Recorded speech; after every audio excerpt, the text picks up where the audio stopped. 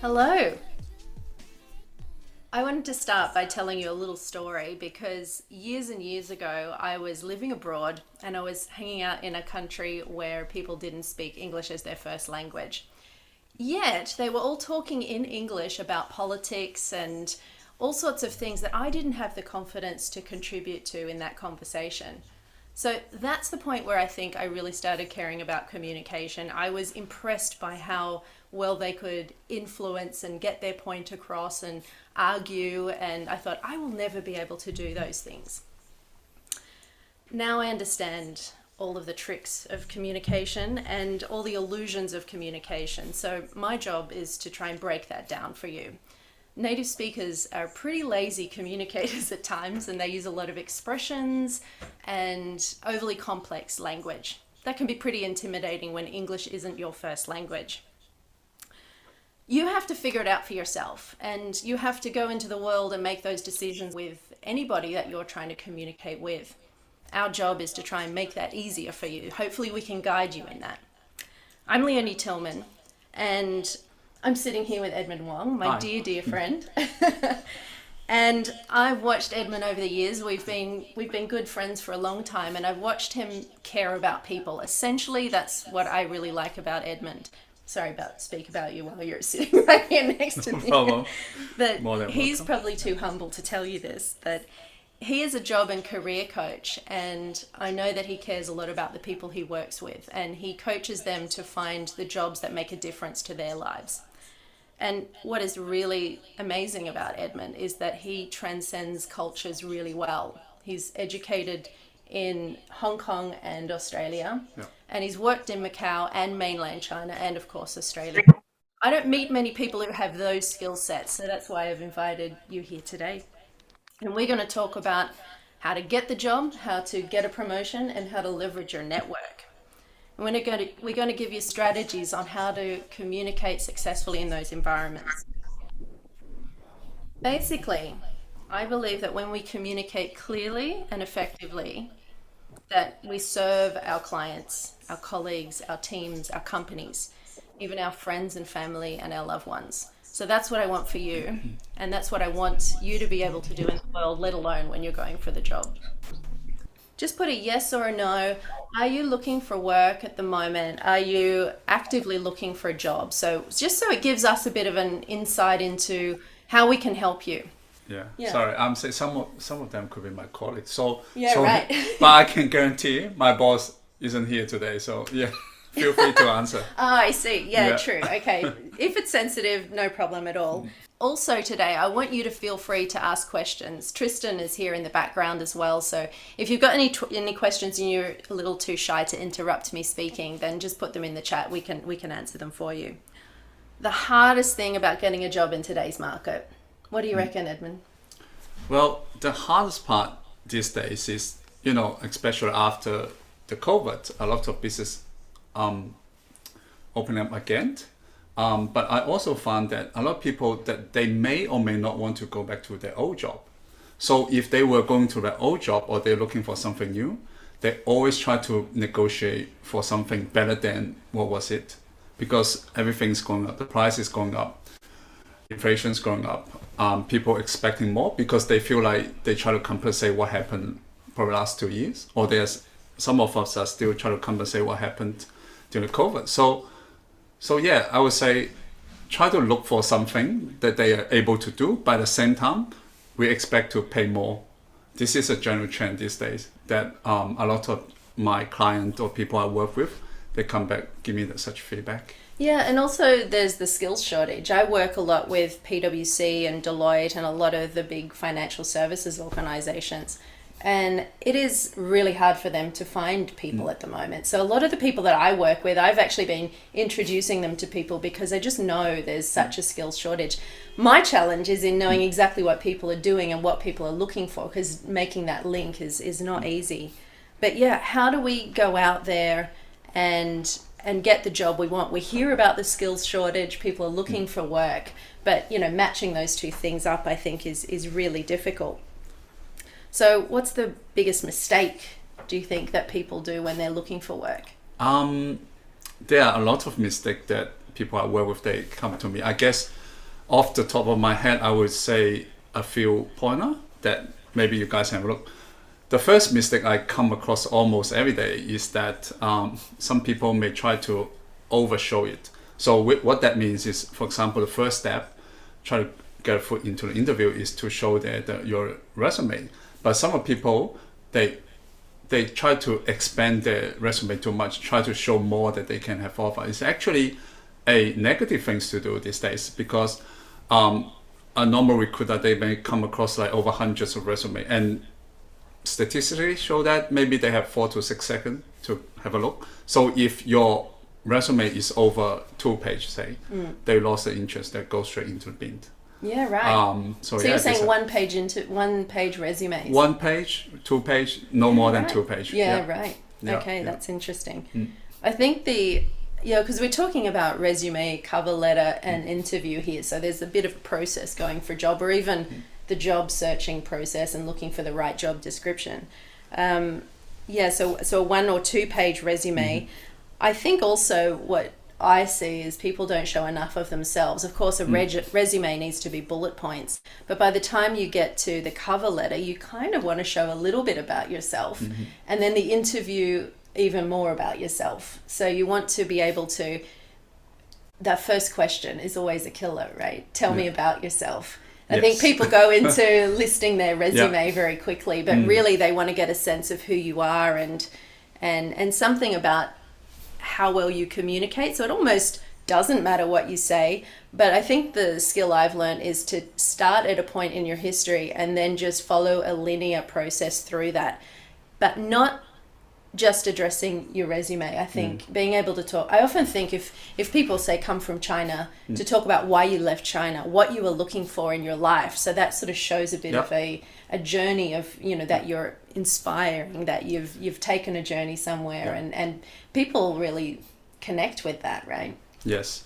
And aside, most of the interviewer, they will say, whatever you try to tell me, like people repeat themselves, that's already shown on the resume. They are looking for something more like human side of it, rather than you keep mentioning about you hitting KPI, you have such and such qualification. Okay, they can see that in resume, but it's more about what you want to do, like what you want to do, and bring up the passion. Because think of it, if I were to work with that person, I want that person to be more interesting. And in the interview, there's a great chance that actually they ask that question.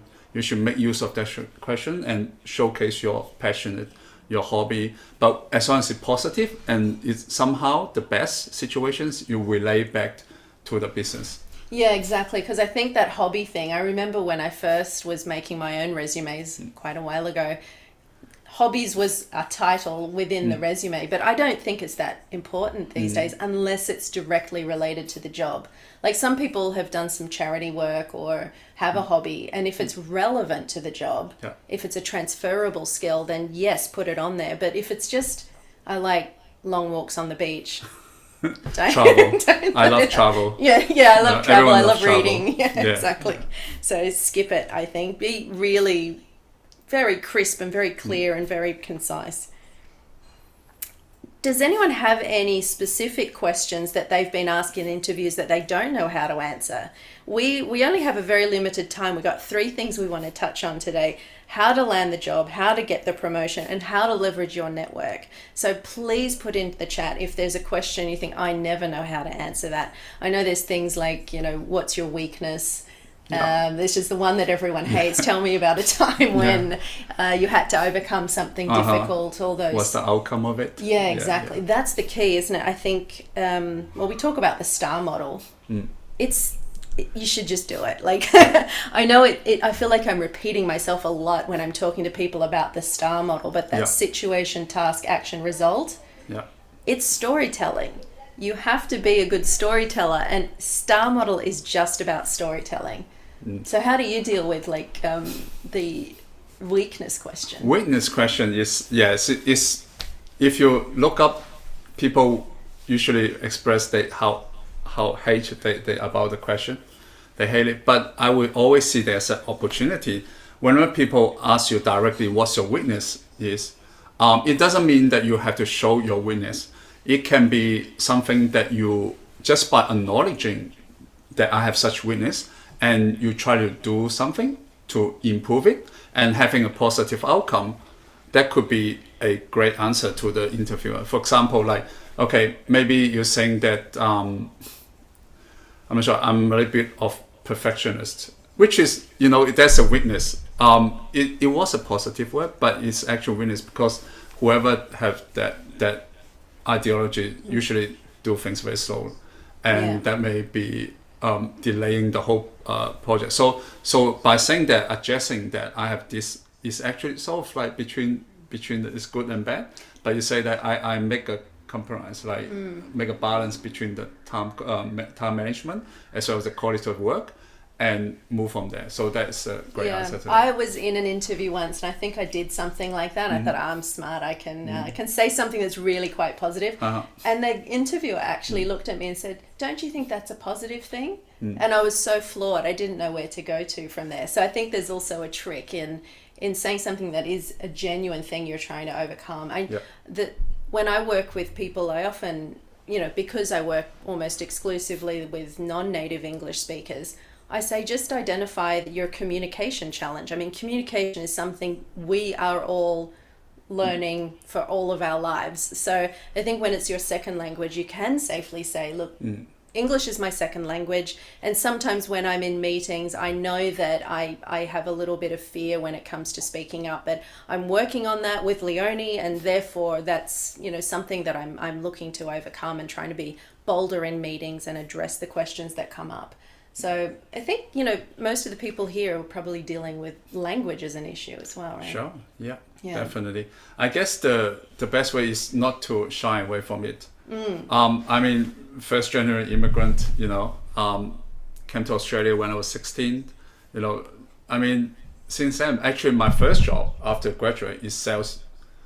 So what I suggest everyone that listening, or just share with your friends, that never shy away from it. Yeah. The more you try to avoid doing it, the slower you progress. It is, happen to everyone. And I think the interviewer can see English as a second language. Yeah. So you may as well identify it and say, yeah, it's something and I'm dealing with it. Yeah. We have a question. Go ahead.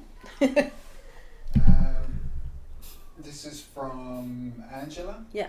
Hi all.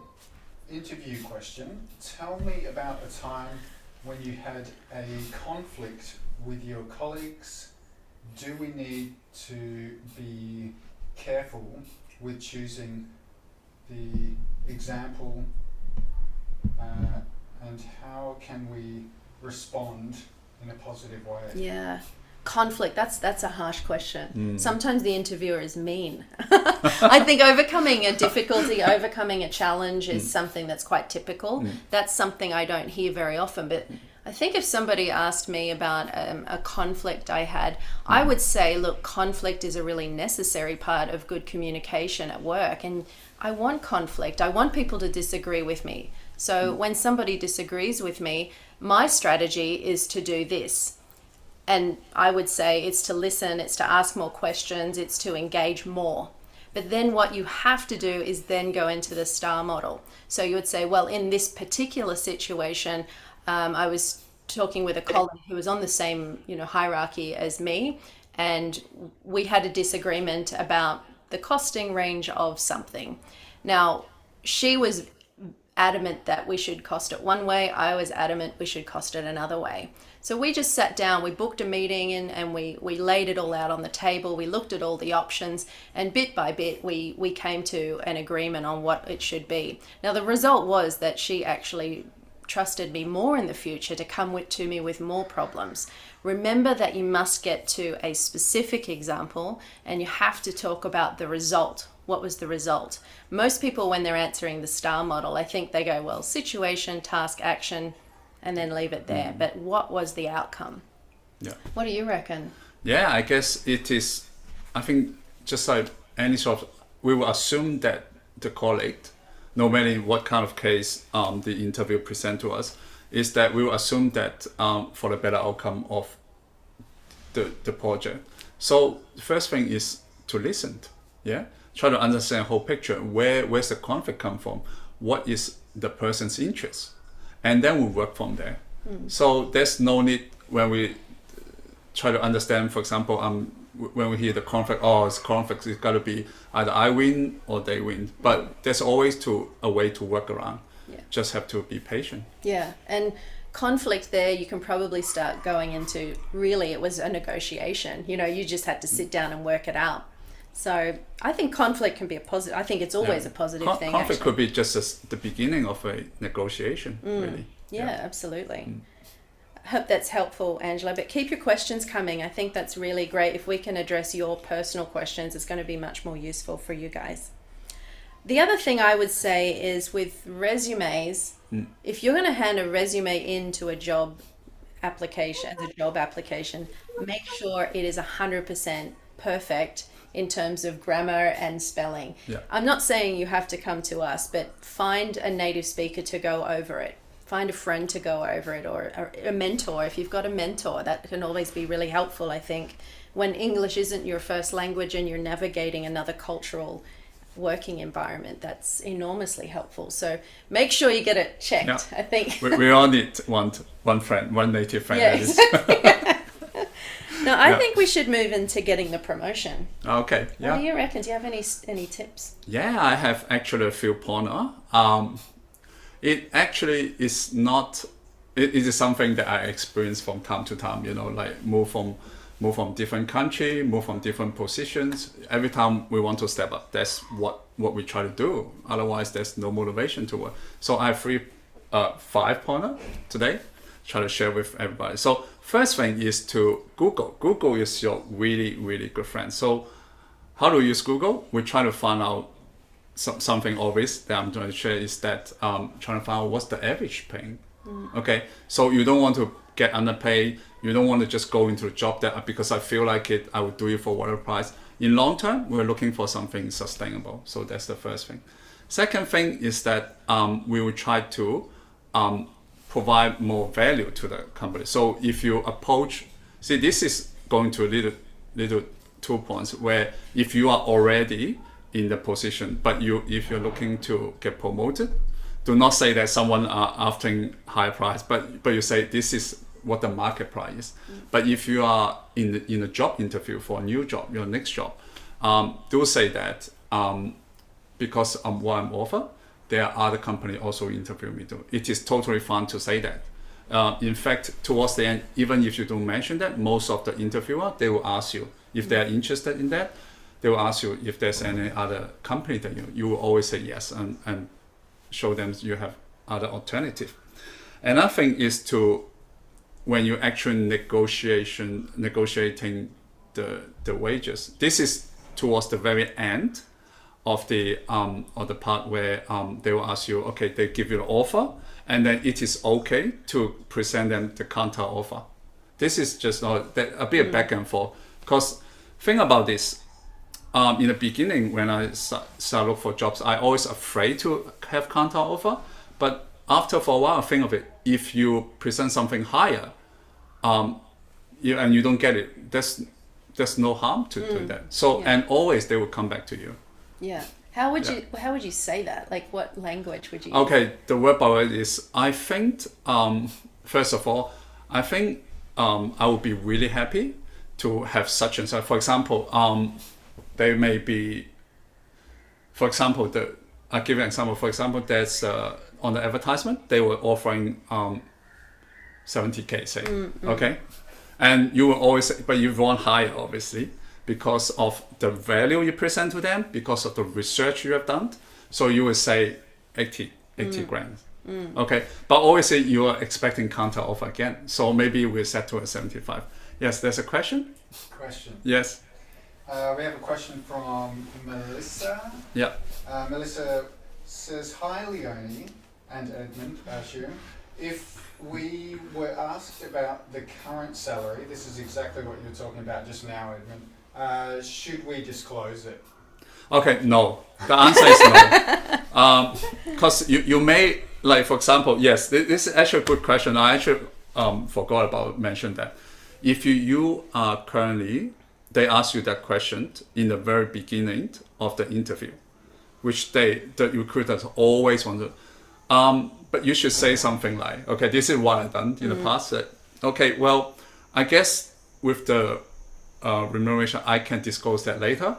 At this moment, I'm more looking for the culture, the better environment to work with, or the like space to growth or opportunity, like to bypass that question. So it is expected the recruiter or interviewer would ask such question, but you don't have to answer in the beginning. And it is privacy too. And this is for a new job, right? For a This is new not job, so much a for a new promotion. job, yeah. Another question from Angela. It's a very good question. My boss told everyone in my team the budget of the whole big department has been exceeded a lot. Looks like it will be harder to get a salary increase for this year. Is that something that a lot of people are facing, do you think? Or It is. That's a very interesting thing that is Angela raised it. Yeah. Because I have personally never heard a boss or manager would say such things. But I guess let's go back to it. It's a conflict, yeah. Because we all want pay rise, and the manager say no pay rise. In fact, yeah. I guess he or she try to expect the staff expectation, and it's always going back to yourself. So obviously it sounds like, because of whatever reason, not going to pay rise. So what will you do? You know, in their shoes. in their shoes, say, what would you do? Right, and okay, the signal is the message is very obvious that you don't get a pay rise. You're probably lucky if you get a job. So what would you do? I would say that's more important thing. Look, I've heard a lot of that in the last 2 years, and even enormous organizations. And a lot of the time, they've got budgets, but also there's so many unknowns at the moment about what's going to happen in the economy, what's going to happen for big businesses, and can they keep the same amount of money coming in? So leaders in organizations and bosses and the people making all those figures are really under a lot of pressure. I don't doubt that. I'm running my own business, and I'm lucky I've just got a very small group of people that I have to worry about. But a large organization, it's a very different matter. So I've seen different organizations manage it differently. And I think it is a little bit of riding it out with your employer. I think, if you like that company, if you feel welcome there, if you feel like you're part of the culture, then maybe you do take a little bit of a sacrifice of a pay rise for the next 12 months. But that gives you a really great opportunity. And whether it's going for a promotion or a new job, actually, no, I'll talk about the promotion a little bit, because what we often do is we think we've done a really great job. And so we say, I deserve a pay rise, because you look back and you say, well, I exceeded expectations. I did a couple of great things. I've got some achievements. But really, just think in terms of the boss's position. They've paid you to do a job, and you did that job well. It's not necessarily the time to ask for a pay rise just because you did your job well. Like, good on you for doing doing good work. But now use that position to negotiate for the future. You should be negotiating forward. So say, okay, I've got some ideas about how I can also work well for this company in the future. And I think in the next 6 months, I've got this plan where I think I can bring this amount of money into the organization, or I can set up a system which will make it easier. If I can do that in the next 6 months, would you be open to discussing a promotion or a pay rise at that point? That, I think, is going to put you in a really good position. If they've said no more pay rises this year, or no more pay rises in the next 6 months, come up with a strategy that's going to please the employer, it's going to please your boss, and then work towards that in the future. I think that's going to really be a better strategy than leaving and going somewhere else. Keep serving the same company, but keep an eye out on what else is going on. I think, it's no harm in looking around, but you might be better off staying where you are. Yeah, I guess that brings up to my last point that I would like to share is the timing. The timing is extremely important, because you can't see we always want pay rise, as well as say, okay, maybe for the past 2 years we've done this and this and this, and we deserve pay rise. But think from the manager's perspective, they may not be ready for a pay rise. Not that they don't want to give it to you, they just unable to do it. So the timing is more important. Bring it up at the at the meeting that they are expecting something become a weekly meeting, maybe not so much a good time, maybe quarterly, maybe annual, definitely annual meeting, something that to bring up. And you also mentioned one thing. I think this is I would like to stress about it is that a lot of the audience here is that a non-English speak background. We tend to, or at least I was, be very shy away from speaking of my mind. So what I've learned for the past few years is that you have to speak up. You have to speak up that you want to get a promotion or you want to get a pay rise. There's plenty of time that I when I speak to my manager will be like, oh, okay, if you want promotion, you have to let me know. But whereas some culture, they will automatically assume that you want to get a pay rise, assume that you want promotion. But apparently it's not the case. It's really not, and I think that's quite unique for Australia.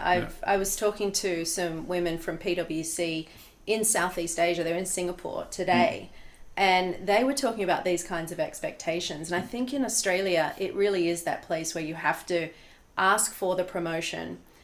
Also in Europe, in many other countries, there's just an automatic progression. You've been in the company for a year, you get that promotion and that pay rise. You've been in the company for 5 years, you get that promotion and that pay rise.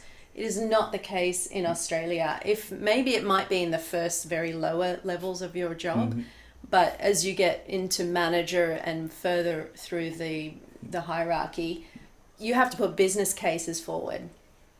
Tristan, we got another question. Another question from Angela. She says thank you for helping her with that first question. No problem. And also, is it bad if I have only done this job or been in this job for 1 year and I'm looking for another job because I did not enjoy working with a few people in the team? It depends on how big the company is a little bit as well.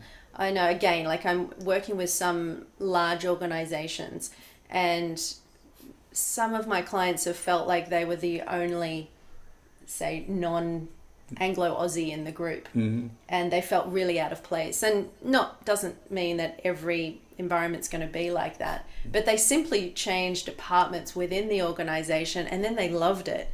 So if it's a bigger organization, I'd say, let someone know, and there might be opportunities elsewhere. I guess obviously depends on the size of the company and how liking of the company yourself. If you like the culture, maybe just if it's just the team member that you can't get along with, look for internal positions, because I think a company, they invest time and resource to train you to be part of them, and obviously they want to keep you. But whereas going back to the question, where is it 1 year is able to jump to the other job? I guess 1 year is okay. Any less than that, it seems a bit, And then if you've got a string of 1 year engagements, that can look bad as well. Yeah. The other thing is learn to love conflict. If you're having a problem with somebody and it's not a pleasant interaction, there's probably a lot you can do that you may not have done yet to go and face that person and have a conversation with them. And that's sort of like, we're talking about speaking up in meetings, but speaking up in the face of somebody who maybe you have a bit of an awkward interaction with, that takes some guts, that takes some confidence, but you can do it. And it can often be just the thing, especially if you get in early, it can turn a relationship around. I've seen it happen. And I've seen it happen for managers. I've seen it happen for consultants and younger, more junior positions. And I think some people just think they can walk all over people at times. But if you stand up for yourself, then they might see you in a different light. Just another one following on from that. If the interviewer of the new job, I'm assuming, asks why did you leave the last job? Oh yeah, that's another difficult. How can I answer this? Yeah, that's actually another famous difficult question in interview. I guess the principle for that is we do not talk down the previous company, because after all, they pay for a wage, they pay for training. You have to spend your time there. I guess in a positive note that we should always looking for something to grow. It's always, remember something, it's always about yourself, you know. If you think, okay, maybe I don't fit in that, so maybe I'm looking for something different, and that's the reason. You don't have to say, okay, maybe I don't get along well with that previous coworker. Maybe you could say, we really something like the culture is a bit different from what I expect. You know, always bring up positive notes, or use some positive tonality, because if this person is negative, we don't want to work with them because you may causing the same scenario again. You know? Always remember this. I think the other thing I would probably head towards in that question would be to say, well, actually, I wasn't really looking to move jobs. I'm actually quite happy where I am. But a friend sent me this interview, this opportunity, because she thought that I was really suited to this role, or it just came up in my LinkedIn feed, or there's a look, because I'm not looking for work, but I often get recommendations on LinkedIn.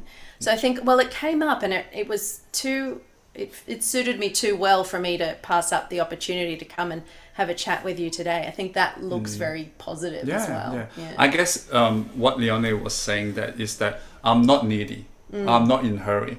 Yeah. I'm looking. If it's suitable, we don't know. Maybe it works. So that, I think, lay off some stress from both sides, that we don't have to get it. We don't get it.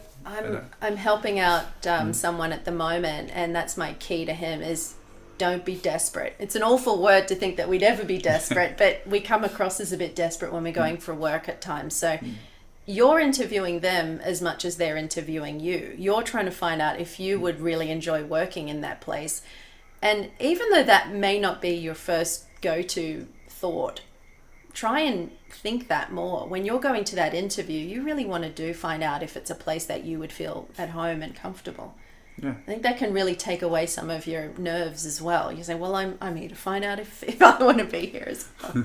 Don't you think? Yeah, that's right, exactly. Yeah, it's hard to overcome that, I think, but if you can train yourself to think like that, I think it will serve you well. Okay, Tristan, is there another question? Another question, yeah. Oh, we've got them in. So, one from H. Would you suggest to write a thank you email after the interview? Thanks for their time, and list the reasons why you are the right fit for the role, or does it sound a bit desperate? Okay, I guess, sorry, I didn't quite get it. So may I clarify? So did you get a job, or did you not get a job, or did you just simply want to say thank you after the interview? Yeah, I think it's just after the interview. Okay, so I guess that's a priority. Like if you can face to face with that person, go for face to face, say thank you to their face, buy them coffee, whatever, that can catch up. Second, if you can make a phone call, that would be better. Because some people had way too many emails in their mailbox. They don't have time. Maybe the end of the day, after 2 or 3 days, it's too late. So face to face, phone call, or email. But you always have to remember, you gotta bring some value, or for yourself or for the other person. Say if you say thank you, you may ask, when do I know the result?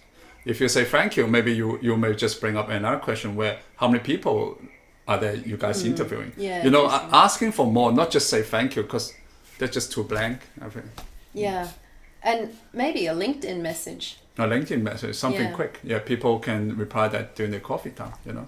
And that sort of leads into the networking element, I think, really well. You want to be connecting with all of those people on LinkedIn. Every time you go for a job, every time you find somebody that's in the realm of where you're working, connect with them on LinkedIn. And having gone for an interview with them is a really great reason to connect. Then they're in your first range, so you can reach a lot more people from their link. So that's key, I would say. Yeah, definitely. I've opened up the chats as well, Tristan. Oh, awesome. So one more from Melissa. For Melissa, would employer focus more on skills, experience, or personality? If I don't have all the skills, would employer be willing to hire someone who is willing to learn? So I guess you're saying if you don't have one of the skills, like what can you do? Yeah. And how could I apply for a career change which I have little experience? It is. I would say such question is very situational. Yeah. Like for example, if you're an engineer or you're a pilot, then you're missing one kind of skill that's a big deal. But you say for example, if you were a lot of big company these days, they have this department called shared service. Okay, so their job description is not exactly defined, but they would employ someone who have an arts background, but into with minimal HR experience, but have an HR degree, art background into shared service to manage people side of the business. Or they may have someone who has, let's say, I don't know, like say a little bit of finance background, they were into a admin background. But jobs like this, personality or the positive previous experience matters. But in some of job, it's very technical focused, then you can't bypass that with your personality. And I think if we're assuming that you've got a lot of transferable skills, that say you're an accountant and you've got really good skills with numbers, but you want to move into an HR role or something, there are a lot of transferable skills. An accountant is no longer somebody who just works in the back room working through numbers. There's somebody who has to tell a story and has to articulate the challenges of the business. So, an analyst position might be something that's very suited for you. So the overarching solution to that, I think, is storytelling. If you've got a reason to move out of accounting into an analyst position, then you have to say why you're on that journey, why you're moving in that direction. And then you can use your accounting and your numbers skills in an analyst position. So you just have to get that story right. What is it that triggered you to go off in an analyst direction? It might be that you had some exposure in one of your jobs in analysis. So use that to say, and I just found that's where my passion is, and I'm going to do it no matter what. This is the direction I'm heading now. And what you get with me as an analyst is that I've got all this experience, this insight knowledge with accounting. So it starts to become your superpower rather than the drawback. But we're talking transferable skills here. What can you take and tell a story around it to apply to that new situation? Angela? Hi, Melissa. Showing initiative is very important and is very hard. And every job you apply for, you have 100% of the skills and knowledge. I would dare to disagree. There are some statistics around men going for jobs and only having something like 60% of the skills on the job description, and women making sure they've got like 95%. So I don't know, just the fact that you are both women, I'm just mindful of that. I reckon if you've got 70 to 75% of the skills in the job description, go for it. Go for the job. What have you got to lose? And go for it with a passion, saying, this is the area I want to get into. What I haven't done is this particular part of the job, and I would have to learn this particular program.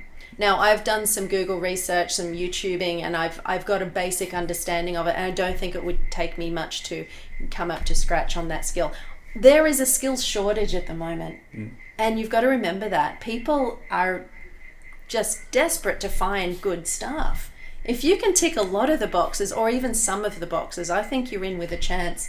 And if you go in with your personality and a can-do attitude, then I think it can take you a long way. Yeah. You know, sometimes we always in the office, we talk about, I don't know how did that person get that job, because obviously it's not performing as what it should be. We've all thought that.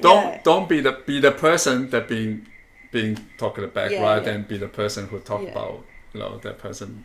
Sorry, that is what Angela was saying, actually. Yeah. She wasn't saying you have to have 100%. She's saying you don't have to have 100% of the skills. Yeah. So sorry about that, Angela. I'd like to share a bit of an offer that we have as well, because Edmund and I were talking, and I'd like to share my screen. So let me see if I can just do that quickly, and then I can show you a little bit of what we've been talking about. Can you see my screen now? Yeah? Okay, so this is what we've spoken about tonight: landing the job, getting the promotion, and leveraging your network. We've looked a little bit at the STAR model. I just want to remind you of that, because that's the golden child of being able to tell your story very articulately. But this is how Edmund and I have come together to think, how can we both leverage our skills to help you? And we can, well, I can rewrite your resume. I can write you a cover letter to a specific job description, and I can coach you in interview skills. So, what we can do for you tonight is also assess you for career readiness. And I think that's where Edmund's skills come in. So, he's going to offer you a 1 hour initial assessment to give you a bit of an idea if you're heading in the right direction. And do you want to talk about that a little bit? That Well, first hour, what you would offer? Well, basically, for job readiness is, for example, the way I look at it is like this. If you can have any job in the world, will you still be doing the job that you want to do? If the answer is no, then what would you want to do? Yeah. So we look into what's your value at. This is very important. For example, some people will work for a job that they will willing to take a pay cut and still be able to in the position for 2.5-3 years. But some people where they get paid higher than the average market rate, but they are not happy and they drop out after 6 to 8 months. I went through all those stages, and I want to share with the people I work with that how can they happy, because money, yes, but sometimes you find that if you're working in the job that you're not happy with, you actually spend more because you try to offset the stress. And that's true. Like, just think of it, like, do you go to shopping therapies? And that could be your stress. So in order to offset the stress, this is what I can help the person. Yeah, I think it's not just job and career skills, is it? It's life skills. It's learning what am I doing with my time and how can I find that happiness. I think that's where you can be a great coach, and we all need coaches. I pay a coach from time to time in my business, and I've had 2 different coaches officially, but many other coaches and mentors in other spaces. So that's something that I think is enormously helpful. And this is just an initial consult so that you can get an idea of what that's like and start a conversation with Edmund around what that would be. So this is some rough costing I put on what we normally charge for doing this on an individual basis. If we were just to write your resume or write a cover letter, they're the costings that we charge. But we're going to give all 4 of these elements for $850 tonight.